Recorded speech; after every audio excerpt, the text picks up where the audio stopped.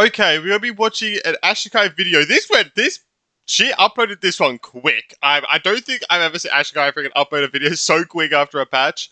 It's only been like 3 days, but it's on Teyvat Ancient History it's for 6.2, so it is for this patch. We did learn some things from Nicole, because Nicole was talking about like Nibelung and stuff, talking about how like he created the moons and then how the moons were with the heavenly principles and stuff. But I'm pretty sure from my memory that she said something that okay, wow, I never heard of them. But I've never heard even from Ashikai or Minsmith videos, I have never heard them talk about what Nicole said as well. So I feel like they announced some new things, but yeah. I feel like it's pretty typical to feel overwhelmed whenever a new region is released because there's just so much new information to absorb. Definitely with Don't Cry when, they're bringing information from books into the main story and we're tying up a lot of loose ends, so there's going to be a lot of stuff. There's new factions to encounter, new politics to decipher, new non-human species to meet, new legends to uncover, and new phenomenon to discover, all accompanied by a whole new vocabulary list to memorize. And Nodcry is no exception here. In fact, unless you're deep in the lore weeds like I am, you might find yourself being a little more overloaded than usual. And that's because Nodcry has more than just its own history to share with us. Unlike other regions, Nodcry is also acting as a sort of primer for Teyvat's most ancient history. So if you weren't familiar with the deep lore already, you might have felt like this was a bit of a rough ride. For that reason, I thought now would be a great time to compile everything we know about Teyvat's mysterious ancient history in chronological order, while also explaining some of the new important terminology and concepts like Kuvaki, moon gates, moon marrow, and that kind of thing. There's a Cowboy Hat video of moon gates. Originally, I was also going to include the history of Nodcry in this video, but I think we're going to save that for another day. Oh god, is that long? I mean, it makes sense. To be its own thing. All I know about Nodcry really is that Kavaki is like an ancient power source, like primordial, like the phlogiston, kind of like that. I'm pretty sure. It's like one of those ancient primordial energies. But also that Nodcry is a failed moon. It's actually all the islands and stuff were made because it was a failed moon. For right now. That the dragon sovereigns tried to make. I'm pretty sure it was the one. Yeah, I think it was the dragon sovereign. So I get confused with the dragon sovereigns and then the dragons that were underneath the pyro dragon sovereign. I get confused with those. Okay, I was like, which one made it? No, it was the normal dragon sovereigns that tried to make a move but failed. Now do note that while I won't be covering the events of Nodcry's Archon quest, I will be pulling information from them for recap purposes, so do make sure you're up to speed on those, lest you get spoiled accidentally. But before we get to all that, I gotta ask you I mean, if you hate spoilers, why would you even be watching a 6.2 theory video? Who knows? Good question. Do you like sci-fi fantasy style RPGs with real-time strategic combat systems? And your job as the End Administrator is to assist in furthering civilization's development on Talos she's getting 2. sponsored This means for exploring both the known and... I'm confused with this. Isn't it in beta right now? Or can you just play it? I mean, I'll wait for main release, but I thought it was in beta 2 right now. Strategically deploy and command your it team looks really good. I will play it when it comes out. Can't runs exploiting stat combat and expressing good luck be a... So now you on launch day. A big thanks to Arknights Enfield for sponsoring... Oh, okay. Oh, no, this is just for, okay, pre-registrars, I guess. When is launch day? Tell me! This video and for also making a game I'm personally looking forward to. But now is the time for us to rise and bring forth our Kuhenkis too. Learn more about the lore. Oh, you did it perfectly. So I really fucked this bit up. Everything you might need, including citations and timestamps and spoiler warnings, are in the description box. Make sure you check that. Any corrections there may be will be in a pinned comment. And without further ado, we're going to kick... Wait, I haven't done Doran's quest, yet. We're good. Alright, I haven't done Duran's quest yet, so I won't be doing it for another few days, so this chronological recap by starting at the very beginning of time in Teyvat. Because Duran's quest, I'm pretty sure has Khanrian stuff in it, but there's a Khanrian door. It wasn't in Act 5 and Act 6, so it has to be in Duran's quest, so yeah, so I didn't know there was anything to do with that. Once upon a time, a dragon was born alongside a tiny little world. That dragon was named Nibelung, and he loved his little planet and the creatures on it more than anything. But one day, Nibelung met an ancient space traveler by the name of Voyager, who became his friend. Now, Voyager had left her body behind in an undisclosed location, so her spirit could travel the dying universe and chronicle the rise and fall of all of the countless civilizations within it. But throughout her travels, she had never seen anything quite as bright and beautiful as Nibelung and his little world. So she decided to do something she doesn't usually do and warn him about an oncoming disaster, the Abyss. Thing is, I don't remember any of this stuff. Even though I've heard this story so many fucking times at this point, I still don't remember until it's said. I'm like, oh yeah, this. I do know like Nibelung left to go to the Abyss and then come back. To see the world not integrate, see the heavenly principles taken over. But it's like some things I just don't remember until it's actually said or shown. And then I'm like, oh yeah. This wave of destruction was slowly spreading throughout the cosmos and swallowing everything in its path, and it was inevitable that Nibelung and his little planet would one day fall victim to it. Voyager couldn't bear the thought of Nibelung's light going out forever, so she invited him to travel the universe with her and escape the encroaching abyss by running away. But Nibelung refused. In much the same way Voyager couldn't bear to see his light go out, Nibelung couldn't bear the thought of leaving his little planet and all the life forms on it behind. Voyager was understandably disappointed in his decision, and before she left to continue her journey alone, she promised to check in on Nibelung at some point in the future should time allow. But did she? Voyager's warning about the oncoming abyss haunted Nibelung. He couldn't abandon his little planet, but he didn't want to watch its light be snuffed out by the abyss either. If Voyager's words were to be trusted, then there was no way to fight the oncoming abyss either. Excuse me, what was that? Mark Deshray cast it off your bingo card. Trusted, then there was no way. Oh, in the history video. Are people actually making a bit of bingo cards about what she's gonna say or show it? To fight the oncoming abyss. So the only remaining option was to take everyone with him and run. And so he tasked his 7 dragon sovereigns, especially the Pyro Sovereign Shui-Coatl, with the development of a space program. And to that end, he also decided to craft 3 moons from the Earth, each one governed by its own avatar, a moon goddess. Let's put story time on pause for a minute because I think it's important to understand the role of the moons and how— We actually got to see like the moon goddess in a lot more detail with those not morals, murals, in Act 6. They were supposed to function, and tangentially, we also need to understand a few things about dragons and the primordial powers of the world, since the moons are technically dragons and they also run on draconic powers. As the primordial entity born alongside the planet, Nibelung could be, and probably should be, considered Teyvat's original god. Neuvillette, one of the dragon sovereigns, even refers to him by such a title. He calls him Formidable Father in CN.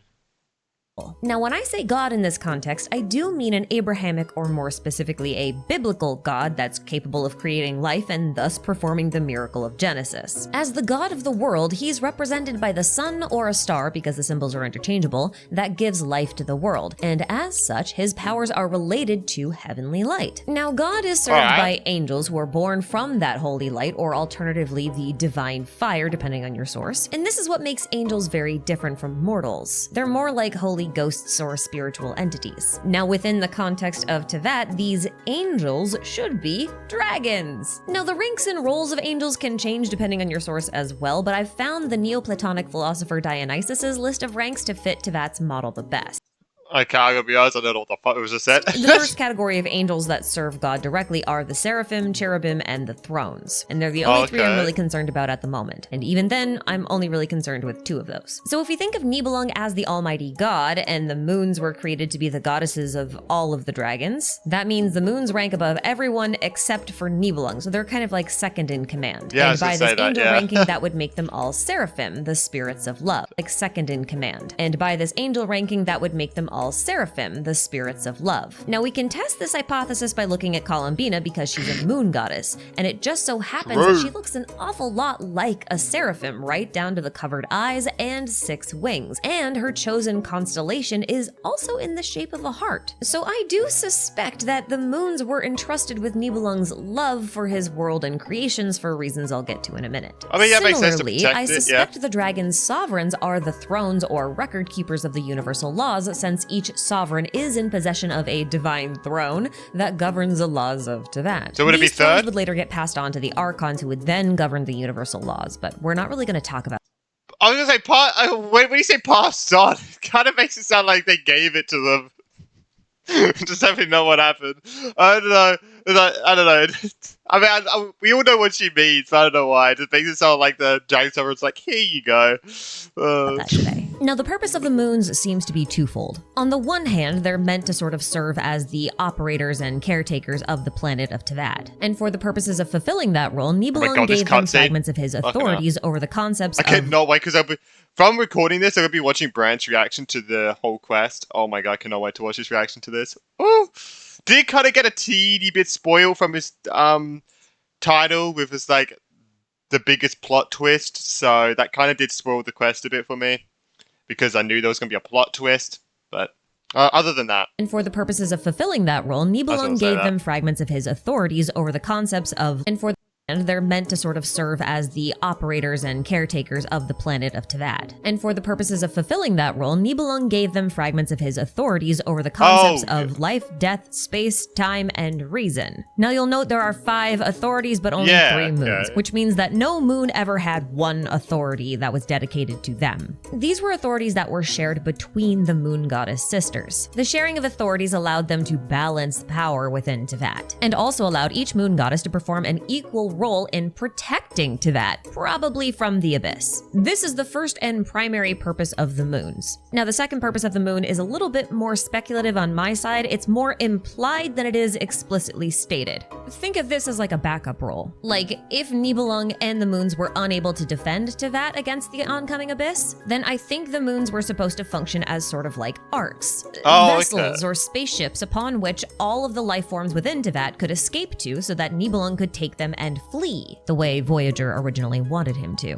Dragonkind was known for having extremely advanced technology, so I don't believe that thinking of the moons as some sort of like technological marvel or a spaceship with a sentient AI-style goddess operating them is too much of a stretch. Besides, we have Irminsul, which is very computer-like, and it also has an... But I cannot wait to hopefully one day be... I'm gonna be honest, I was hoping that day was gonna be Act 6, that we're gonna be... because when I was like, oh, damn, okay, wait. Kalabita's gonna go back to the moon this patch? Oh, I thought it'd be like next patch and Act 5 and 6 are gonna be like building up to it. And then Luna 4 is like, she's gotta go to the moon, and then Dotoro's gonna stop her and stuff. I actually predicted Dotoro's probably gonna stop her. I don't think I ever said it out loud, but I thought about it either way before the quest. I was like, I feel like Dotoro might stop her. But I mean, when they said, like, so you got to go to the moon when the festival's going to happen, I was like, wait, what? So I was like, it's happening this patch? So that was very surprising to me. And I was like, oh my god, please can we... Okay, I'm going to go back to what I was originally going to say. I was like, please can we see, like, the moon? Please can we see it?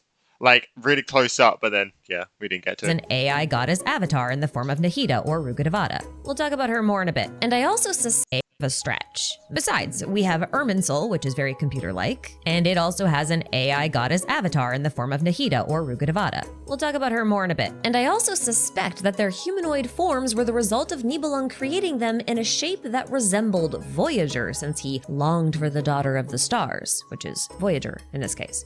But that's also speculation on my part. Now, small but fairly important side note, while there are only 3 moon goddesses ever mentioned, the Eternal Moon, the Frost Moon, and the Iridescent Moon, there are references to a 4th unborn, unnamed moon that Nibelung never lifted into the sky. While some legends claim that its surface became the island of Nodcry, I do wonder if this unborn moon set within the Earth actually ended up in Sumeru instead. Remember that the moons are like arcs, and arcs are more or less seeds of civilization, so it's not unreasonable to imagine a scenario where the 4th moon seed sprouted and became Irminsul. This would make Rukkhadevata and Nahida the 4th moon goddess, which honestly kind of checks out because of their digital avatar nature and the undeniable similarities between Galundina and Nahida's clothing, right down to the little moon decorations. This idea of between Galundina and Nahida's clothing, right down to the little moon decorations.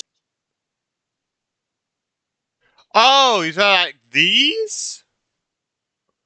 Huh, I mean that, yeah, okay. This idea of moon-like arcs being seeds of civilization is very much on brand for Evangelion too, and we all know that Hoyoverse loves Evangelion. I'm not looking. You cannot experience any of their games without at least a few references to Evangelion. It's just not possible. But before we move on, I do want to point out that in Finnish mythology, the primeval blacksmith Ilmarinen is the one who forges the world pillar, which is what Irminsul is. The name literally means great pillar, and in Hymns of the Far North, Nibelung is called the primeval blacksmith Iannakoinen, which is another name for Ilmarinen. This suggests that Nibelung either planted or at least created Irminsul, which if true, would solve one really big mystery that's been plaguing us since the very beginning of the game. You know, the who planted Irminsul and when did Irminsul show up argument. But we'll do a deep dive into that another day, I think. Now, in order for the moons to protect their dragon brethren, and as a sign of their authority, Nibelung granted each moon goddess a fragment of his authority and power, which seems to have manifested as a sort of power core that we call a moon marrow. Moon marrow is the source of Kuvaki, which is Finnish for moon power, but it could also be interpreted as the power of moonlight, since Nibelung could have been likened to a sun whose light is then reflected by the moons. Yeah. For this reason, Kuvaki is the most primordial form of power in all of Teyvat, and it seems to be the source of all other non-abyssal powers. In fact, I will argue that Kuvaki is made up of equal parts phlogiston and primordial seawater, hence why we see the blue, red, and white variations of it all I did hear that, yeah. We'll come back to the whole magnet thing in a bit too, but I will also argue that all these three primordial powers are technically made of dragon blood, or just are dragon blood. Let me explain. In the finale of Deep Gallery set, Nibelung says, "If the tide of oblivion must come, then let my bones be the bulwark that shields this realm," meaning his bones will protect Teyvat, which is also what the moons were created to do. They were supposed to protect all life on Teyvat. Now later in the set, it says that the bones of the earth were shackled with regards to an incident wherein the moons were supposed to be shackled, once again implying that the moons are the bones of Nibelung. Now bones contain marrow, and moons also contain marrow, apparently, and bone marrow produces blood in the same way that moon marrow produces Kuvaki. Ergo, Kuvaki is blood. If you need some more evidence, well, you're in luck because I have some. So modern evolutionary theory posits that all life on Earth originated in the early primordial oceans. Early life forms evolved many types of complex vascular systems in order to circulate this seawater inside of them because they needed it in order to survive, kind of like how we need to breathe air in order to live. And as life began to venture onto dry land, it needed a way to take that seawater with them. Hence, the vascular systems got more and more advanced. Over time, that vascular system full of seawater evolved to do way more things until it became recognizable as the blood we have today. My lore buddy Kat reminded me of this and also sent along a great episode from PBS Eons about it if you're interested. Now, this primordial ocean reminds me a lot of Genshin's primordial sea, because not only does all life within Teyvat come from the primordial sea, but the entire Fontaine Archon quest was about how people with seawater in their veins weren't truly human yet. They were still creatures of the ocean, not truly born for land yet. For this reason, I've come to think of the primordial sea as a representation of the body. After all, the power of water is its ability to take any shape, and primordial seawater seems to have even more potent effects when it comes to reshaping things. We got to see this firsthand in Sijwen's story quest, where primordial seawater-based cosmetics were used to completely reshape people's appearances. In this context, it's very interesting that Egeria could only use primordial seawater to shape her Oceanid familiars into human forms, but she was unable to transmute that water into true blood and make them into, real human beings. Something that Neuvillette could do because he was supposed to be the heart of the primordial sea. Changing things and reshaping them was kind of his job. So I know that was a long, drawn-out explanation, but I really feel like this is a pretty good explanation of why the primordial sea feels like a representation of the body to me. Phlogiston, on the other hand, is a lot simpler. In Natlan, phlogiston is firmly established as liquid knowledge. You soak in it, you can collect a ton of memories. So I think it's a pretty easy argument to make that phlogiston is a representation of the mind or memories. So red phlogiston plus blue primordial seawater equals white Kuvaki, a perfect union of body and mind. You might even say that the body and mind fused together forms the self, which is Kuvaki. As a side note, I do find it very interesting that Irminsul kind of functions like a heart as well, because it is part of a vascular system for Teyvat, right? Like, the ley lines are the veins of the earth. They pump elemental energy and memories, as if they were blood,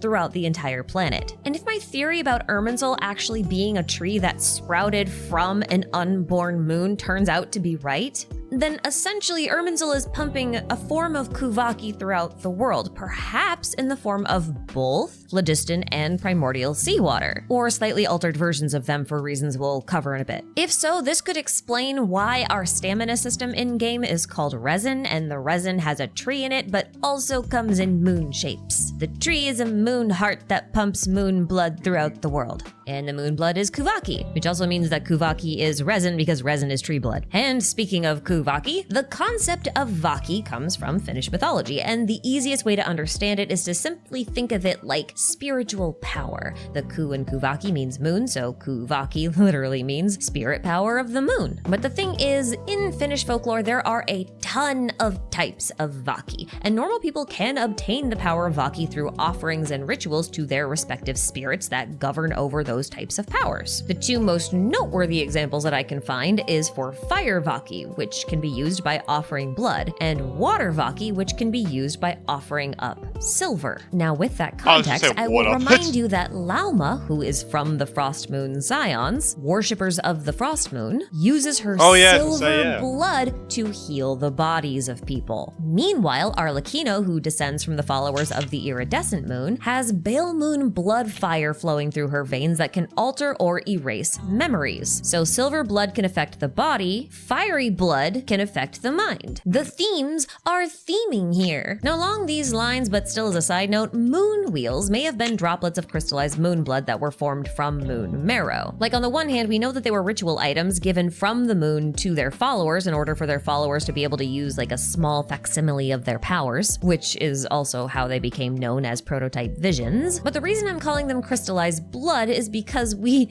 have an example of something like this happening elsewhere. Back in Inazuma, we saw the Fatui make these artificial visions called delusions out of the crystal marrow that formed from Orobashi's blood. I guess we saw last time we saw anything was like Capitano using it, right? Or at least the crystal marrow is what we call the coagulation of the blood that grows off of Orobashi's bones. That might actually be a better way to put it. Right. Out of the crystal marrow that formed from Orobashi's blood. Or at least the crystal marrow is what we call the coagulation of the blood that grows off of Orobashi's bones. That might actually be a better way to put it. But either way, I think this is a really good example of how moon wheels could actually be coagulated bits of moon blood that the moons gave to their followers to grant them power. I really need to do a whole video on like dragon blood lore because like this rabbit hole goes so deep and I'm just not prepared to go through it right now. But as a final note before we go back, that's the third video.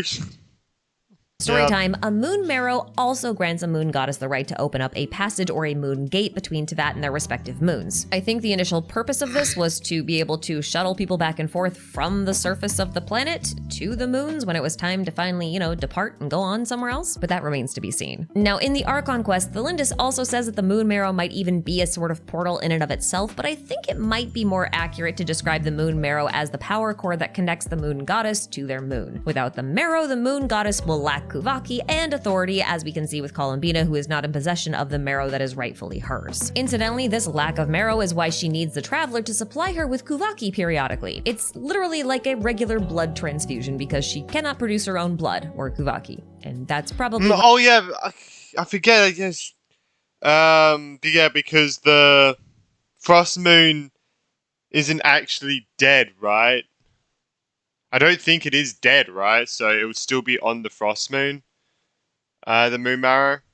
Why she's so sleepy all the time. And one last thing before we move on. I've had a theory for a long time that visions are basically dragon pearls. And so far, that theory seems to be holding up. Because if you think of visions as dragon pearls, then moon wheels are also dragon pearls, but more like primordial, unrefined versions of them. Because they are basically dragon pearls that the moons gave to their followers. But I do think it's very important to note that the moons themselves are also referred to as wheels many times in the game. Which might suggest that the moons themselves are are the visions or moon wheels of someone else, specifically Nibelung. To put it another way, the moons are Nibelung's dragon balls. I'm only mentioning this because it's gonna come up in a minute. And okay, I think that's enough explanations for now. Oh my god, Color Bean is Nibelung's balls. Let's get back to story time. Oh no. Please hang from just So if you kiss Columbina, you're kissing Nibelung's balls, bro. 5 minutes. Oh my god, that's crazy. Oh, I'm so done. After tasking his sovereigns with developing Dragon NASA, raising his moon daughters into the sky, and also giving them legions of Kuhenki to take care of them, Nibelung decided to investigate the abyss that Voyager had warned him was coming and left Teyvat in the moon's care for a while. While we don't know for sure why he decided to do this, it's very possible that the abyss was approaching Teyvat a lot faster than Nibelung expected, and he probably wanted to see what he was up against. I say that because we know that the abyss is currently outside of Teyvat, where the moons currently are. But while he was away, an entity known as Phanes, or the leader of Celestia, or the Heavenly Principles, take your pick, I'm gonna call him Phanes, coerced the moons into some kind of agreement that granted Phanes full authority over them and the planet at large. Phanes then used that authority to not only conquer Teyvat, but also to subjugate all of dragonkind with the help of their 4 shades that they created: Nibarius, Istaroth, Renova, and Asmodee. Small side note, I actually think it's possible that the 4 shades were created using the same technology that creates moon goddess avatars. So like they could have been 3D printed the same way Columbina was. We'll talk about that later. And if so, that would make each of the 4 shades probably something like the cherubim from that angel ranking from earlier. Now we don't know why Phanes actually wanted to conquer that was this like planet. Just under the moons. But we do have this one book called Before Sun and Moon, which talks about this whole time period. And it's just full of references to Noah's Ark. Oh, the funerary year. Okay, I want to actually read this.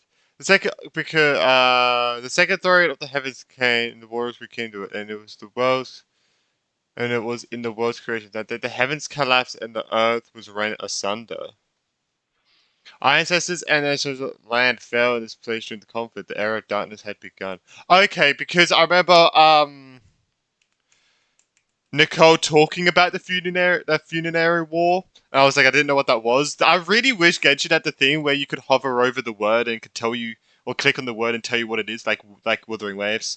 So such a nice feature, and I really wish to add it to this game because I didn't know what this was, and I wish I could click it to know what it was. Okay, that's I actually wonder if Phanes was a leader of a bunch of human refugees, and then they found this planet that looked somewhat habitable, and decided that this would be a good place to recolonize and repopulate the human race. Because that's exactly what they set about doing after they won the war. They began terraforming and customizing the world in order to better suit humans instead of dragons. And this meant adjusting the primordial powers of the world, like the primordial sea and phlogiston and Kuvaki, because they were too harmful to humans. They were toxic almost. Now remember, Kuvaki is the power of moonlight, essentially. So what was the first one? Sea and phlogiston and Kuvaki. Oh, primordial sea. Because they were too harmful to humans. Oh, that's why it was sealed. Okay, that's why the primordial water was sealed. Yeah.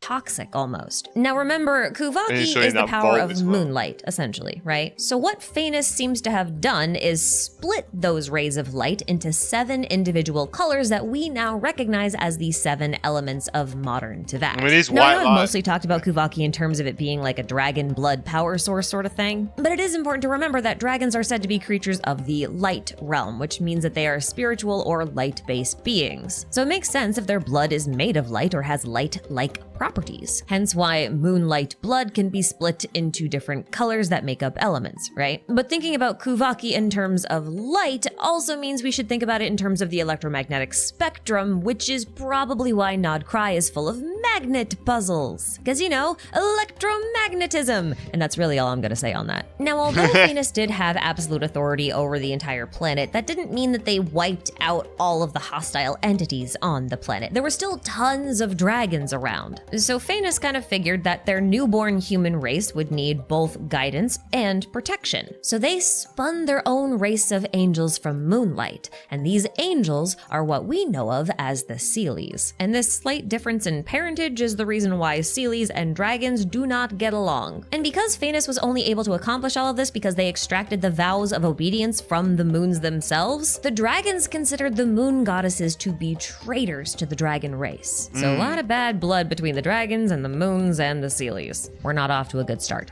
Despite the fact that the moon goddesses were the ones who granted Phanes the new authority over Teyvat, the moon goddesses were actually quite displeased with this new master of theirs. But they were also powerless to act against them until Voyager finally returned as promised to see how Nibelung was doing. But Nibelung was nowhere to be found, and some unknown person was seated on his throne. Needless to say, Voyager was very confused, so she decided to investigate the planet for herself. This is such a good scene from from whatever that show that is. It's like, yeah, is he walking out? What the fuck is going on here? Descended from beyond the sky and indwelled within the body of a young man. Because remember, she's just a spirit. Oh yeah, the Voyager fell in love with the angel, right? What's her name? Body somewhere else in space, and she needed a new body in order to traverse this world. So she, in the body of a he, eventually met the first angel that was created by Phanes, an angel by the name of Koitar, aka the Lady Dawn. The two of them fell in love, and then also decided that they wanted. Wait, the Voyager's a lesbian. I should come ahead. Wait, does that mean? So the Voyager is a she who took the body of a he. Who So the Voyager is a she who took the body of a he, but then fell in love with a girl. Does that mean the Voyager's a lesbian? To start a revolution together and overthrow the heavenly principles, aka Phanes. Easiest way to understand what's going on here is to think of Koitar as Lucifer. Both Lucifer and Koitar are known as the Lightbringers, the Dawnbringers, or the Morning Stars, and both of them led the angels in a war against God in heaven. Anyway, in preparation for the rebellion, Voyager gifted their followers incredible technology, like the Arrow of for the rebellion. Voyager gifted their followers incredible technology, like the Arrow of Tepakaranis. It's a pretty ancient device that's quite similar to the Kuvaki cannon as far as I can tell. Its job is to take the light-based dragon power and solidify it into a projectile that can obliterate the abyss. This is a pretty important device, but it's not as important as the Voyager's Sampo Mill. The Sampo Mill is a little bit more complicated than the Arrow of Tepakaranis, mostly because while we know a little bit about what it does, we don't really know what it was for. But what we do know is that it's named after a very important relic from Finnish mythology called the Sampo, which was described as a magic hand mill that can create. I don't know why. I don't know why. I don't know why. It might just be a slight hunch, but I doubt this is just, an historical age. I don't know why, but I don't know. I just got a feeling that this is just not real. But I don't know. Maybe I'm. Infinite grain and gold. And much like its mythological counterpart, the magic hand mill that can create infinite grain and gold. And much like its mythological counterpart, the Sampo in Genshin is also a device of creation. In fact, its name is an acronym that stands for Subatomic Assembling Mass Energy. They are both really big games, so I definitely see the confusion device of creation. In fact, its name is an acronym that stands for Subatomic Assembling Mass Energy Patterning Orb. So once again, it's a synthesizer or transmutation device that can only be operated by someone with the appropriate qualifications and authority. This device is incredibly important to the history of Nod Cry. But I'm bringing it up now because I think there's a very important reason why Voyager made this device in the first place. See, the Sampo has a lot in common with Moon Marrow. Both are these orbs or power cores that can generate incredible amounts of draconic power. And as we'll see later in the video, the Sampo also has the ability to open a doorway or a gateway to another realm, specifically the Abyss realm, or perhaps the Moon. I wrote a theory about it. And the Sampo can only be operated by someone who has the appropriate authority. This is what makes it sound exactly like an artificial moon marrow. Moon marrows, again, produce an incredible amount of Kuvaki or draconic power. They grant. Sorry, I'm still so interested in this. How and what? Danes leave opening a moon gate. So weird. Moon marrows, again, produce an incredible amount of Kuvaki or draconic power. They grant a moon goddess authority, and they allow a moon goddess to open a moon gate between the moon and Teyvat. And I think Voyager and Koitar needed this. Wait, I just realized Arlecchino's weak again. Because she doesn't have the moon marrow anymore. It's in Dottoro's hands. Oh my god, Arlecchino's a pathetic, weak person now. Damn.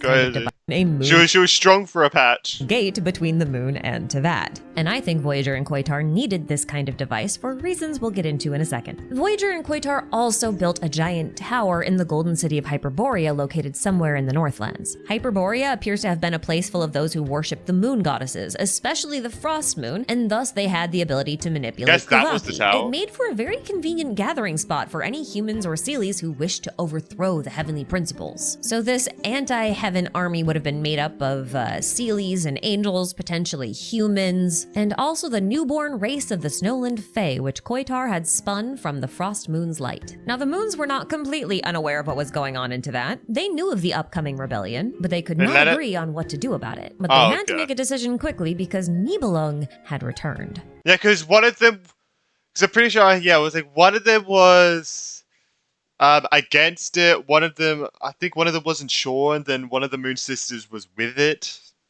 They were all split, yeah. And he was not pleased with the state he found the planet in. Now, one moon goddess believed that they should side with Nibelung and support him because he was their creator and this planet was technically his. But the other two moon goddesses appeared to have disagreed with the first. One of the dissenting moon goddesses believed that they should remain completely neutral, for it was their role to protect the planet and act in its best interests. And while they may not enjoy working alongside the current heavenly principles, Nibelung had obtained the power of the Abyss, and she was worried about the Abyss's impact on the planet itself. But perhaps their opinion never truly mattered, because Nibelung was furious that they even let this planet fall into the hands of the heavenly principles or Phaenix to begin with. So he punished his moon goddesses by stripping them of their connections to their respective moons and imprisoning them somewhere. If this feels a little bit confusing to you, think of the moons themselves, like the physical structure, as being the bodies of the moons. But then the moon goddesses are like the spirit or soul that inhabits that body. So Nibelung would have split the body and soul, and then imprisoned those souls somewhere else so that they couldn't control their own bodies. Nibelung also stripped them of their authorities and connection to Teyvat, and with nothing left to connect them to their moons or the planet, they were doomed to wither away slowly. Now you remember why I thought it was the heavenly principles. Oh wait, but maybe I just completely misread it. But I swear to God, I in the quest, Nicole said it was the heavenly principles who cast them out. I guess it was Nibelung. Okay, I think I just completely misread that. I said Koitar and Voyager might have wanted an artificial moon marrow in order to open a moon gate. I think to their moons or the planet, they were doomed to wither away slowly. Now you remember why I said Koitar and Voyager might have wanted an artificial moon marrow in order to open a moon gate? I think somehow Koitar and Voyager were aware that the moons had been imprisoned somewhere. And this Sampo, or artificial moon marrow device, was a means through which they could access the moons and potentially free them. I'm not sure whether or not they would have believed that the moons were imprisoned by Nibelung or the heavenly principles, but I don't know that it necessarily matters. Either way, this portion is just my speculation. So the heavenly principles at this point is facing two very big problems. On the one hand, they have Koitar and Voyager's rebellion to deal with, and on the other hand, they have the returned Dragon King ready to reclaim his planet with his own army of disgruntled dragons, and the reclaimed power of the three moons, which Nibelung had fashioned into weapons. This is why I was calling the moons his Dragon Balls earlier. Think of the moon as like a dragon's flaming pearl. Mythologically speaking, a dragon's flaming pearl is meant to contain a lot of its power and wisdom. So, I kind of feel like the analogy checks out. So everything kind of coalesced into a perfect storm that became known as the Great War of Vengeance. It all began with Koitar and Voyager launching an assault against Heaven. War of Vengeance. It all began with Koitar. Guess because it is vengeance, but and Voyager launching an assault against Heaven, followed by the surviving dragons launching an attack of their own. And it all came to a head when the moons began circling the ocean and Nibelung rose from the depths wielding his full authority and his newfound abyssal power. We don't actually know how the rest of the war played out, but what we do know is that the heavenly principles, which is what I've been calling Phaenix. So cool if we could actually get like an animation for like the whole war. Man, finally. How the rest of the war played out. But what we do know is that the heavenly principles, which is what I've been calling Phaenix, now perceived the moons as a threat, which it didn't previously. And so it completes rest of the war played out. But what we do know is that the Heavenly Principles, which is what I've been calling Thanos, now perceived the moons as a threat, which it didn't previously. And so it completely shattered the bodies of the iridescent and eternal moons, which killed their respective goddesses almost instantly. The Frost Moon, on the other hand, appears to have either been accidentally or intentionally thrown beyond the boundaries of the false sky. So its goddess did not die immediately. It's unclear how— Oh, okay, that was that. Oh no, Nibelung, like, separated them. The Heavenly Principles cast them out. Okay, yeah, that's okay. So, okay, so yeah, the Heavenly Principles did cast them out. I was just getting them muddled up, okay. Or if Nibelung was defeated, but he did vanish. Where do I let the Frostman go like that? It's unclear how or if Nibelung was defeated, but he did vanish around the time the war concluded. But it is worth remembering that the Heavenly Principles are not all powerful. They were severely wounded in this war, and many of their functions or authorities had been destroyed or compromised. This great war of vengeance appears— I'm so pausing, and I'm not even talking about that. I'm just talking about what's happening in the background. No, it's just, I'm so happy Dottoro's in the story, man. Oh my god, I've been waiting for this day for weeks, man. Oh my god, since like the last patch, actually. Since like the concluded story.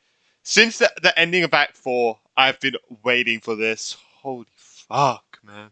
Actually, maybe even before then, because we knew Dottoro was in Nog, right? Before then. I've just been waiting, man. I've been waiting. And it finally happened. I'm so happy because I gotta be honest, I thought we're only gonna see a little glimpse of him or only like one or two sentences from him. I didn't expect to get a whole fucking cutscene from him until like next patch at least. Holy shit, man. Functions or authorities have been destroyed or compromised. This great war of vengeance appears to have concluded about 6,000 years ago, which for context is about the same age as Zhongli. But even though the war had ended, there was a lot of fallout to deal with. Nibelung's defeat or disappearance led to an influx of abyssal power, flooding the planet and filling it full of abyssal monsters. In an effort to cleanse the land of the abyss, the Heavenly Principles sent down hordes of celestial nails which purified it, and also obliterated a lot of human settlements within the unified civilization, like the Golden City of Hyperborea, the civilization within the Chasm, Sol Vindignir, Delphi Pytho, which we know of as Enkanomia, and many other settlements, some of which were buried beneath the earth and became the foundations of the place that we now call Conria. This post-war period was dubbed the Funerary Years, in light of all the death and devastation. What followed was an era where god-kings filled massive power vacuums throughout the mortal realm, while Thanos was preoccupied cleaning up all of the abyssal contamination, and also allegedly punishing everyone responsible for the war in the process. As a result of Thanos' work, all but 5 Seelies were stripped of their forms, reduced to nothing but tiny spirits that hungered for lost memories. These 5 Seelie survivors either were spared from, managed to escape from, or were immune to Thanos' punishment, and I think I might know why. So I'm guessing Nicole was one of them, because she's an angel? Because I mean, Nicole can control Seelies, which is kind of cool. That's what we saw in Act 6. Well, end of Act 5. How to buy a thoughtful gift. First, think about who it's for.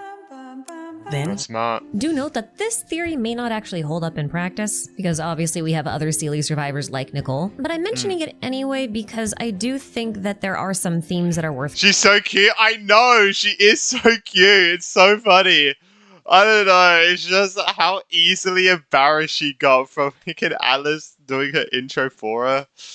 Oh my god, she's just so funny. Considering, perhaps not in this application anyway, because I do think that there are some themes that are worth considering, perhaps not in this application, but in other applications. See, prior to the start of the war, Koitar had addressed 4 Seelies specifically and issued each of them a prophecy. Nabu Malikata was destined to meet her end in the Sumeru Desert. Sibylla would meet hers in the depths of the Lemurian Sea. Yohal Takutin would survive alone in the realm of the dead, in Natlan, and the Oh yeah, okay. Yohal Takutin would survive alone. Yeah, Lord of the Night? Yeah, that's that thing. Wait, is this what the place looked like? I do not remember the place looking like this. Like the background? What the hell? Yeah, because Nicole talked about, yeah, you've already met one. You know, the Lord of the Night? And I'm like, oh yeah.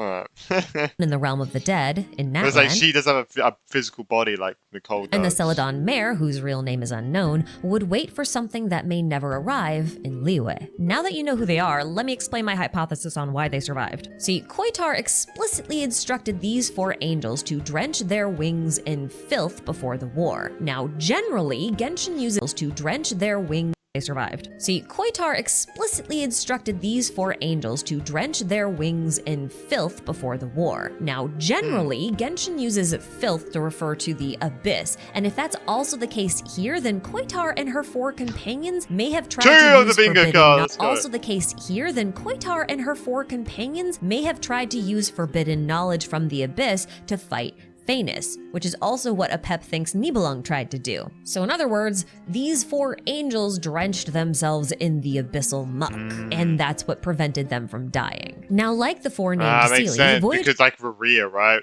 We learned that, from Maria. The only reason he survived being shredded across space and time was because of the abyss. and Koitar also allegedly survived, but were punished separately from the rest of them. It's said that their memories were forcibly wiped and that the 2 were punished separately from the rest of them. It's said that their memories I thought he got stabbed by it. I was like, I don't remember that. Were forcibly wiped and that the 2 were forbidden from ever seeing each other again. We What's don't wrong? know what happened to them after that, except that at some point, Koitar was able to pass on some of her remaining power to Boreas, aka Andreas. Yeah, the wolf in Mondstadt. As for the fate of the moons and their goddesses, well, the iridescent and eternal moons had been completely destroyed and shattered by the abyssal dragon. The heart of the eternal moon landed in Nodcry, while the iridescent moon's marrow sank into the sea and reappeared in Conria, where it was renamed the Crimson Moon. Only the Frost Moon survived long enough to bear witness to the post-war devastation, but she knew that her time was limited. So in her final hours, she instructed the survivors of Hyperborea, which had been destroyed by a celestial nail during the war, to travel south to Nodcry and settle on Hisi Island. She also granted them one final blessing before she withered away. These Hyperborean refugees of the Frost Moon would eventually become known as the Frost Moon Scions. And that concludes our known timeline. But I do think it's important to remember that it is in this post-war period that the 3rd Descender, Saralainen, or Ajax if you prefer, met the Tsaritsa and ended up opening a forbidden gateway at the request of the Tsaritsa's father, the Belyit Tsar. Saralainen was either torn to pieces by the gateway itself, something I wrote a whole theory about, or they were split into pieces by Phanes as punishment for opening the gateway. We're not really sure which it is. But regardless, those 7 fragments were fashioned into the 7 Gnosis, and were offered up as prizes to the 7 victors of the Archon War, which followed soon after. The Archon War didn't really reach Nodcry, so I won't mention much more about it. I just wanted to mention it as context for the greater world timeline. And I also wanted to mention it because Phanes is, as far as we know, the 1st Descender, which should make Voyager the 2nd Descender, although that is not explicitly confirmed anywhere. I think that also helps solidify the timeline because then we can look at the Traveler, who is the 4th Descender and also the last one to arrive in Teyvat, and go, yeah, okay, this order of arrival makes sense. And just to put all that in perspective, the 1st Descender, the Heavenly Principles, should have arrived in Teyvat well over 6,000 years ago, while the 2nd Descender, allegedly Voyager,